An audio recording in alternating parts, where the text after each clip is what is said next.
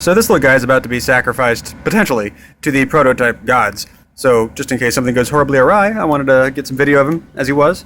This is a little wood box. Basically, it's the Game Boy version of a larger game that I'm designing, and I wanted a version to fiddle with while the bigger one was coming together. The idea is that I'm making what will ultimately be a big ol' sort of wood and electronics game of Connect 4. So it'll be a big slab of finished wood that you see here, and this is sort of the orientation. It's like that. This top row you see is white LEDs, and then these are two colors here, and you would pick, you're moving that white one left and right, sort of picking your row, and then you jam the button down, boink, and it drops, and then the next player goes, and you know, it's a nice little sort of standalone game. And while that piece is coming together, that big guy is coming together, this little guy was built just to test the logic, because even though the hardest part of this is actually writing the brain and telling it, you know, when has a win occurred, when has a loss occurred, and in the meantime, where does this LED go, etc., etc., the most time-consuming part happens to be building the actual box and getting the components rigged up. So this guy was built just for the purposes of testing some grid logic. Let's go ahead and plug him in, and I'll show you a couple things here before we potentially kill him. Alright, so I plugged this guy in to USB. I'm not actually trying to frame up the shot. There we go. And this is just the last sketch that I had on there. And it individually writes. In fact, right now what it's doing would sort of helpfully indicate to you the way that the numbers are laid out, because it's writing from pixel 1 to pixel 2 to pixel 3, and that's the order that they're laid out in, right? It thinks that it's one long strip, and it thinks that it's just going like across the room, but that's how the matrix is laid out. So the second row is 9 through 17 or whatever, and then it goes. But that's not the really cool one. I want to show you. Let me show you another one. Let's see here. I don't know if this will compile right. It's cool. So, Arduino IDE, write some code. This particular thing I'm about to show you isn't actually that long. And it's not actually, and I go ahead and click upload, and it thinks.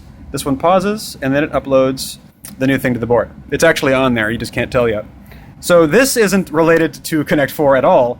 This is in fact the sketch I made for when I'm done fiddling with it at the end of the day, and I just want to have a screensaver thing on it. And what it does is animates these random lights. It's writing to a random pixel at a random value, and then this guy right here controls the brightness, and it can get very, very, very bright. My camera is pulling all sorts of tricks to try to convince you that all these things are within the same realm of exposure, but it's right now doing some like clever smartphone shit where it usually uses this for when you're outside under the sun filming into a shadow. The amount of brightness differential between just like here and just there is massive. I'm actually kind of impressed with the phone, but it's not doing a good job of illustrating how unbelievably bright this is. Anyway, so there's that. And the red button right now is just rigged up to change the color. So it goes red, green, blue, and then the fourth mode is my favorite, and it just writes to a different pixel, different color, every time it cycles through the loop. I've actually got the loop going slower. I've artificially made it 40 times slower than the actual logic, the actual, megahertz of the cable, just because at the real speed, it's very annoying. It's like a seizure-inducing level annoying. But there you go. This is just my little box, little temp guy, in the service of eventually having a bigger box like this guy. And I'm about to test my wood stain on him, because I'm curious what wood stain will do on a material as porous as balsa wood. And, as such, I'm going to disconnect him and paint him up and see what happens. It might get sticky or gross or whatever, and if it does, I'll just lacquer it up until eventually I've created what's effectively a little grenade. Super flammable little object. But isn't he cute? And as of now, you could actually unplug him, and you could plug this into the wall, and it would sit there and work exactly the same way. You could also run it off of internal battery, which this is actually built and it has in it. I just don't have the battery connected right now, which I should have thought of. And it can be a freestanding unit. You take it with you wherever you want to go, and it runs. Which is the idea behind the big guy too. And this one isn't very far along, but I'll show you what I've got. I wasn't going to, but so here is the. Let's start here. this is the box. This is the box that it's going to be in. And it's actually currently flipped. It says it's inverted because the hasp, I want it to be on that side, but whatever. So inside it's just a hollow balsa wood box, about yay thick. The surface actually of the top is pretty thin compared to the walls.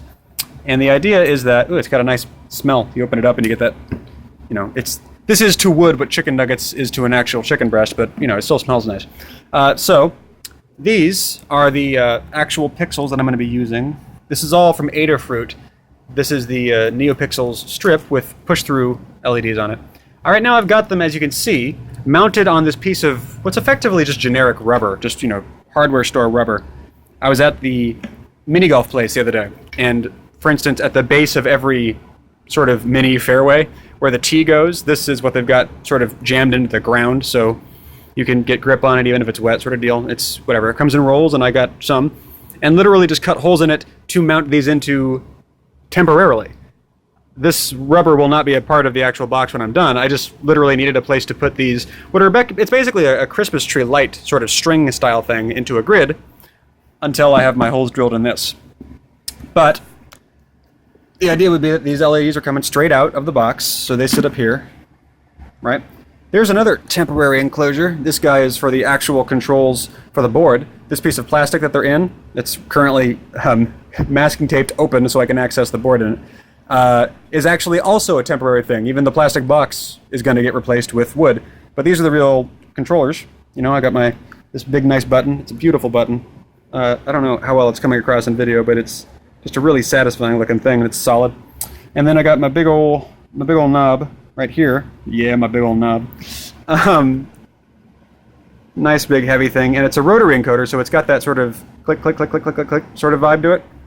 And then these three dudes are for controlling the player color. So the way the game would work, and like I said, these controls will actually be mounted directly into the box. In fact, you can see right there, if you look kind of carefully at the schematic, that these things line up, that. It's going to get right in the box, right with the LEDs. It'll all be flush, well, not flush, poking out, but it'll be down on the wood level, not floating above it like this. And the game starts, you press a big old power button on the side, blink, and the first thing that happens is the LEDs kind of go, brrrr. Hi, how you doing? Player 1, pick your color. And player 1 adjusts the red, the green, the blue level. So, if they wanted white, they'd put them all like that. If they wanted red, they'd just leave red up, basic RGB setup. Once they've got their colors, they do that. Player 2, and player 2 does the same. I'll be, I'll be yellow, kind of like that. That's me. Cool. And then it goes, thank you. And then a player 1 colored LED lights up right there, symbolizing the selected column. So you sort of rotate left, and the selected one kind of goes from the center to the left, to the left, to the left, stop in the corner, stop in the other corner, and it's just, which one do you want? And you find your column, press enter, blink, and it animates down, drop. And then player 2, that color, yellow, comes up, and drop your piece. And I'll go right here, blop, and it goes like that until the game has eventually noticed a Connect 4, or whatever, beep, beep, beep, beep, at which point some animation will happen. I don't know if it'll pulse, breathy pulse like a Mac light, or whatever. It'll in some way say, hey, game's over, want to play again? And that's how it'll go.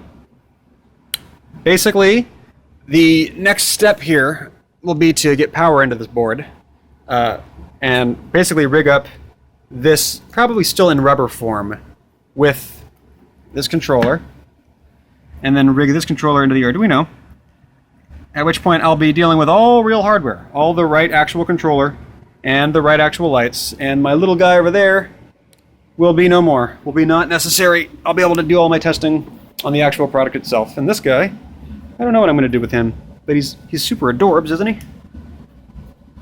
So, it detected the signal change because I got close to it. Yep.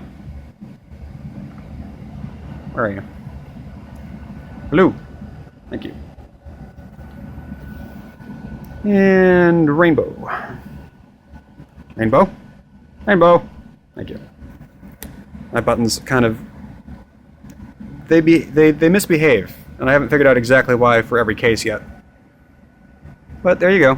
My little temporary, like I said, Game Boy version of what will ultimately be a big-ass Connect 4 game.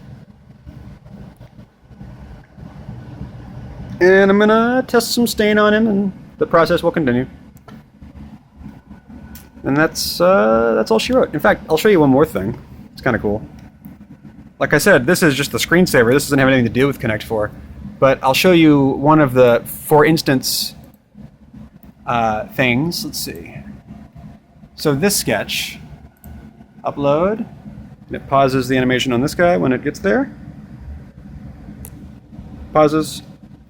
So this is the logic I wrote for selecting your column.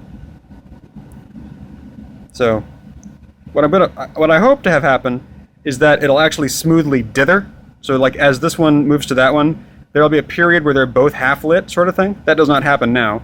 In fact, if you go all the way to the end, it's going, like I said, from that to that, to that, to that, to that. So that's the 40th position, and well, that's the 39th position, and that's the 0th position. And right now this knob goes from 0 to 40. So you can actually jump huge distances.